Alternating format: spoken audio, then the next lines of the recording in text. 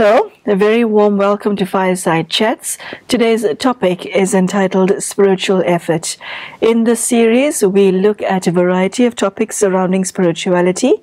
We look at what the core of spirituality is and how it impacts on your consciousness and your awareness. We ask you, the viewer, to ask yourself some all-important questions like what your relationship is with yourself, whether you have a conscience, and if so, how well and how much do you listen to it. We ask you to look at your own speech, your own behavior, and ask yourself whether you are happy with the person that you are on the inside and the outside. This show also focuses on what your relationship with God is and how to deepen and make that relationship more meaningful. I'd like to introduce you to Sister Denise, who has been practicing Rajyoga Meditation for over 4 decades. Sister Denise, thank you so much for joining us. Thank you. Spiritual effort. What on earth is that? Well, we have a word for it in India. We say tapasya. And we have another word which is purusharat, and another word which amplifies that, tivra purusharat. So I like these words because I like playing with language.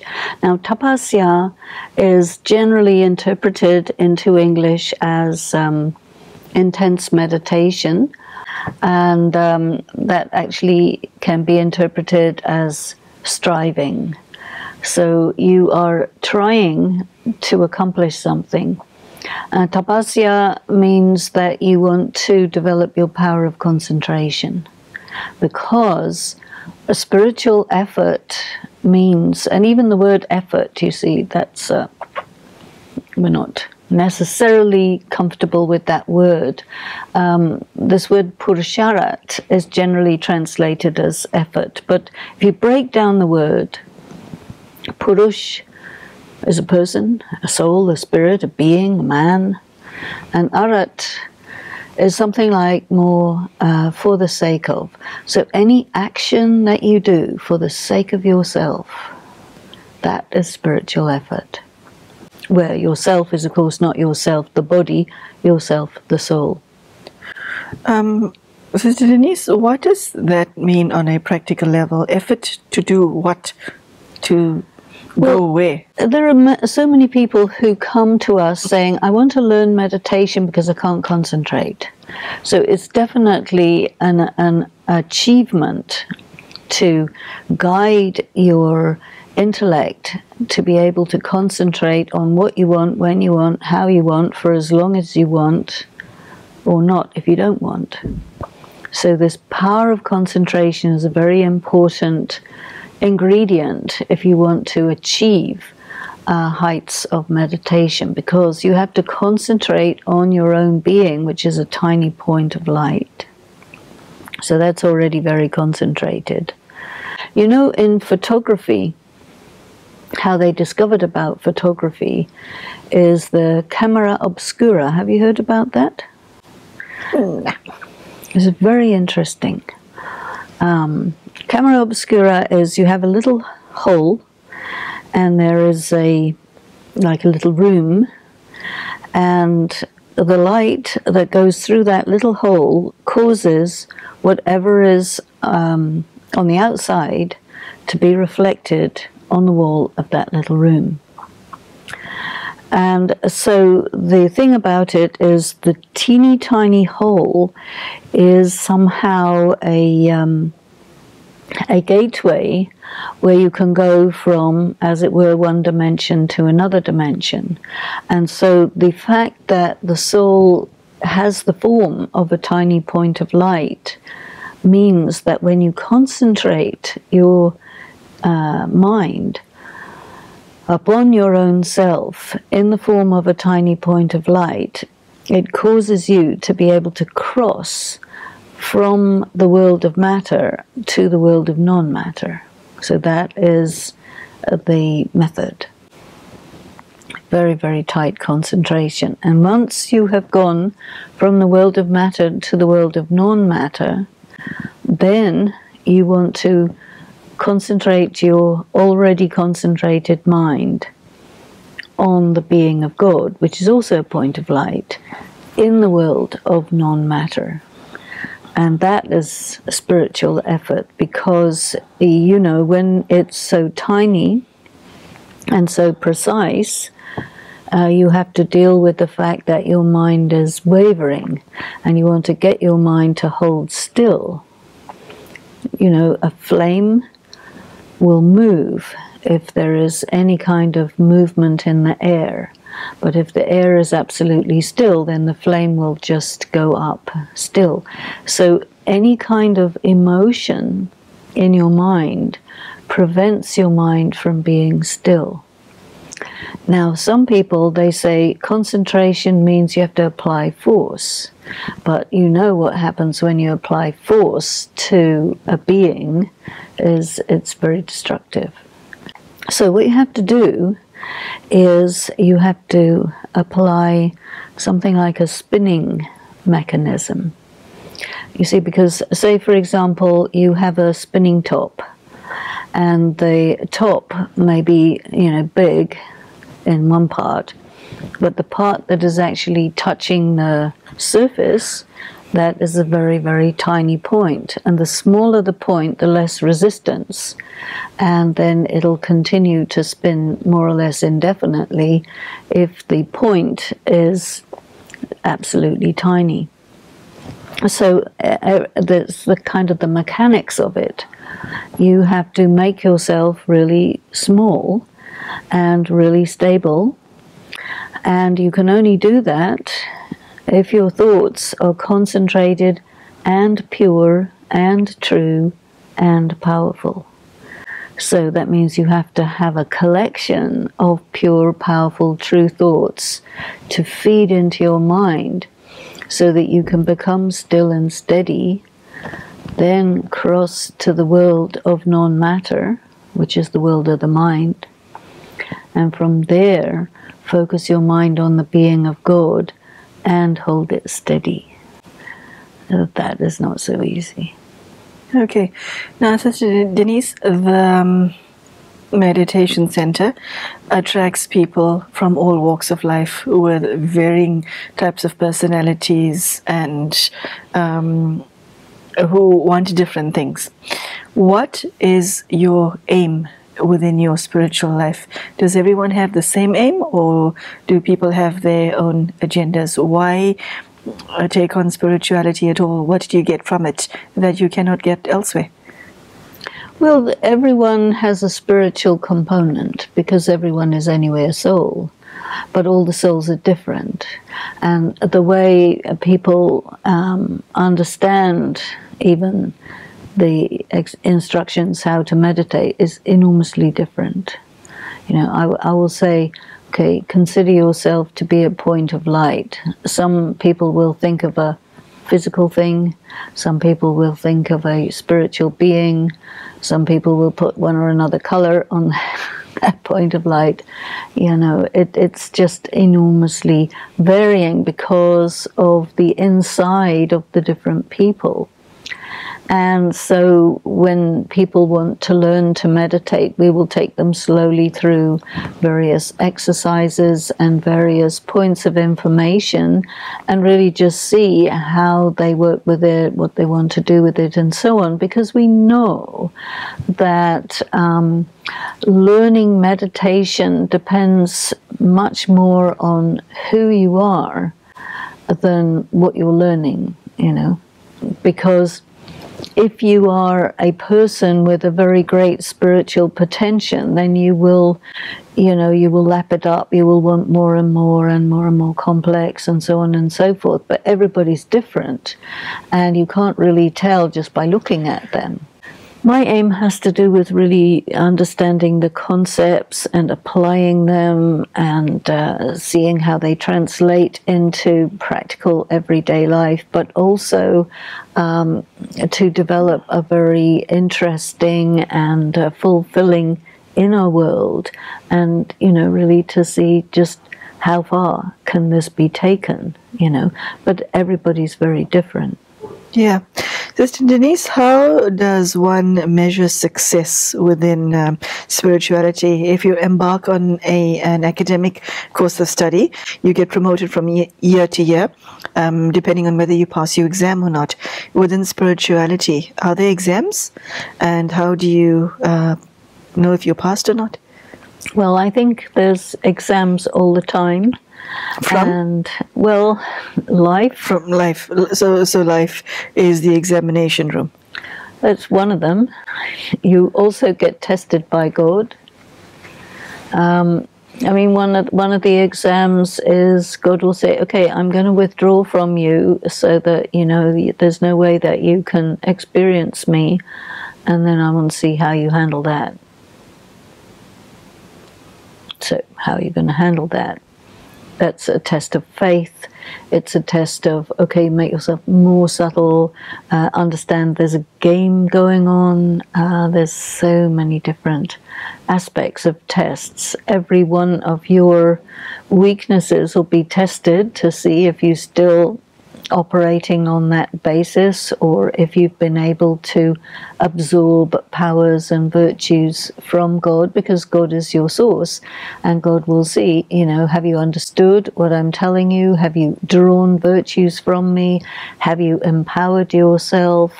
Okay, let me see how you do in this situation, that situation, and the other situation, because I think that God is trying to, not trying to, but I think God is preparing people to be able to take care of a new creation. And then God would withdraw because no longer needed, you know. And then the people who have learned, who have studied, who have made themselves God-like, then they will take care of the world. For as long as they can sustain it at that level, and then it will gradually, you know, decline, and then God will come and reset it. This is God's function, to reset, you know, press the reset button on the machinery of the world. Sister Denise, in one's spiritual journey, in terms of one's own weaknesses, your past, your trauma, and all of the baggage that we are carrying, what happens to all of that as you go about your spiritual effort? Well, spiritual effort also means that you're all the time doing whatever you can to bring the things that have sunk into your subconscious, bring them up to the surface, because you can't really work on it in your subconscious. You have to get it to come into your conscious mind. And one of the things that intense meditation will do is bring all your demons up so that you can then deal with them. Okay, so bring them up, and what do you do with them? How do you deal with them? If you have anger, if you have aggression, if you have rage, if you have deep pain, how do you deal with that? You have to bring it to a state of neutrality. Explain how? So the energy of anger, you bring that up, and all that rage and all that, because what it'll want to do is cause damage. Volcanically erupt.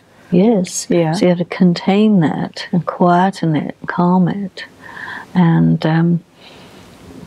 turn it into peace. Neutralize it. So spiritual effort means taking all of your negative qualities and neutralizing. That's the term that you use. One needs an extraordinary amount of power to pull that off, because when you're angry, it's very natural to want to erupt either at yourself or someone else, and if you're hurt, then that's internal pain. Yes, and when you get hurt, that actually provokes anger. Anger is, in a way, a secondary emotion that is provoked by hurt. It seems that one needs a lot of courage to face all of this, to face yourself. I think that if you decide that what you want to do is spiritual effort, you need to kind of research it, that what does this involve? And usually what happens is you don't do that. You just start doing it, and you begin to realize, oh, I need to be courageous, I need to be perseverant, so you gradually acquiring these skills, and as you acquire capacity, so the level of your spiritual effort gets more complex, more in a sense more difficult, more subtle, and then you see, are you keeping up with it? And I think you asked a little bit earlier about success. How do you know if you're successful? Is if you keep up with it, you stay with it, and you're in it for the long haul, whichever terrain presents itself for covering. You know, sometimes we call this a pilgrimage. And when you go on a pilgrimage in devotion, you're going from home to some place which is a bit difficult to get to, and there's a lot of obstacles, and it's expensive, and you know, there are storms along the way, and you might get sick, and this and that and the other. So you know, the pilgrimage means there are plenty of obstacles, and many people turn back. But if you can actually hang in there and get there till you reach the goal, and then your pilgrimage is successful. And I think the thing about a physical pilgrimage is you go there and then you come home again.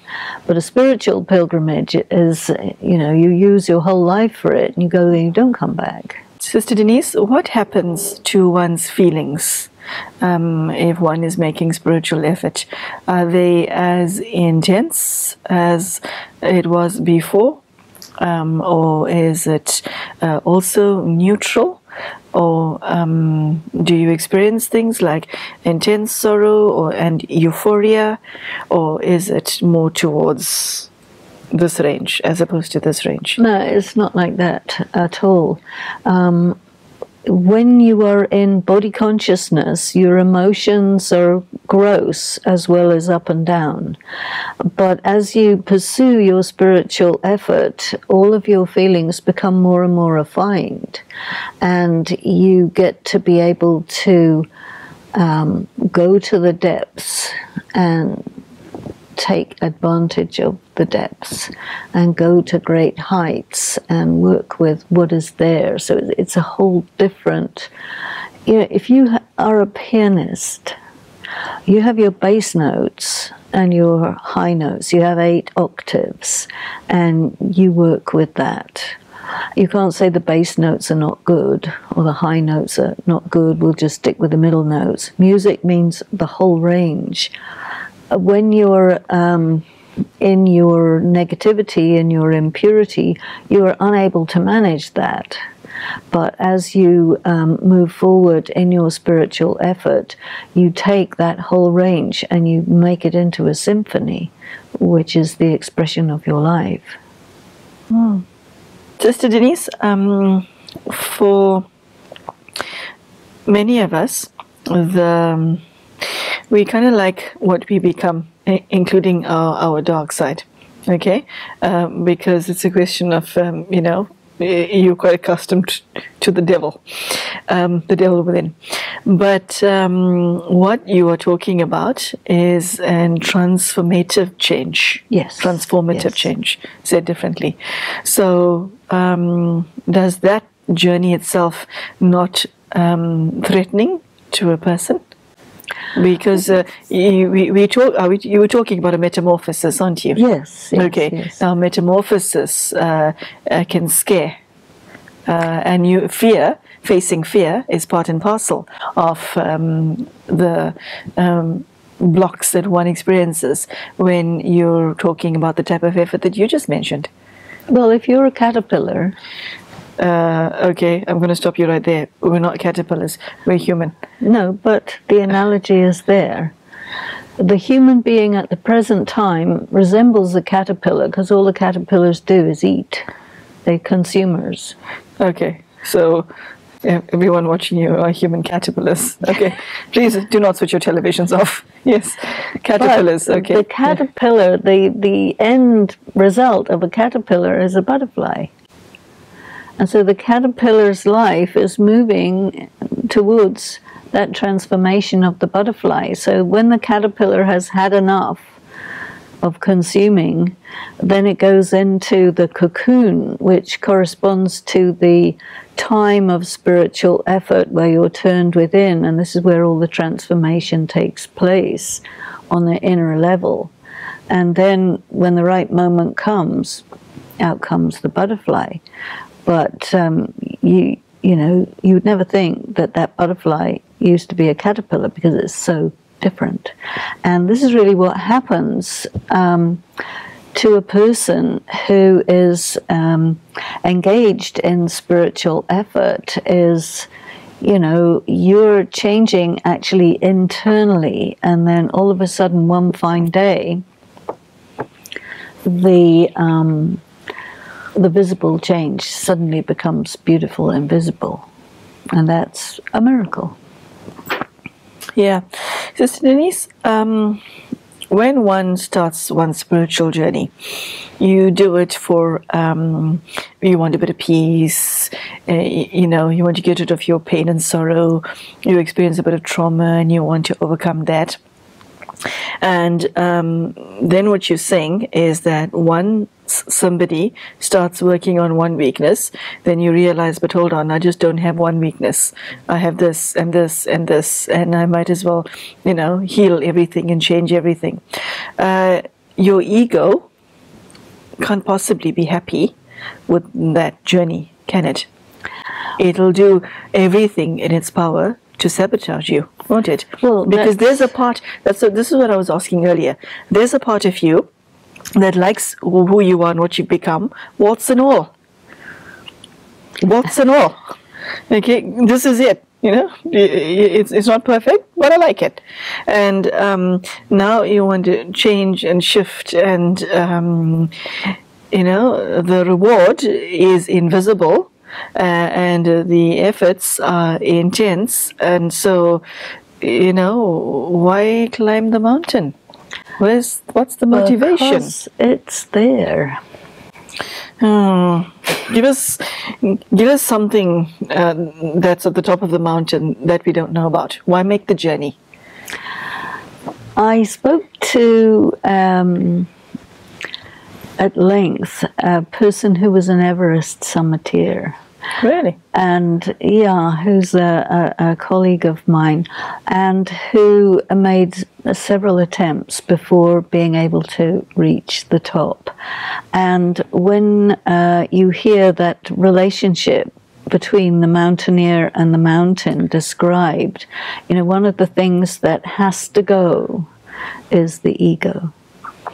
The mountain does not permit you to sit on the top until the ego has been surrendered. This is from somebody who climbed a mountain, who had to conquer his ego. Right. That's kind of a surprise. Okay. Everest is the highest mountain in the world, and it's harsh. And it's considered by the people who live there as a deity. And so, you know, people who think in that way, they become aware of the spirit of the mountain. And you have to humbly request, may I please sit on your top? And what he also said is, if you want to survive, the longest time you can sit there, the absolute longest, is 8 minutes. 1 second longer, you're dead. So generally they stay up there 30 seconds to 1 minute, and then you have to come down again. Otherwise you will not survive. Okay.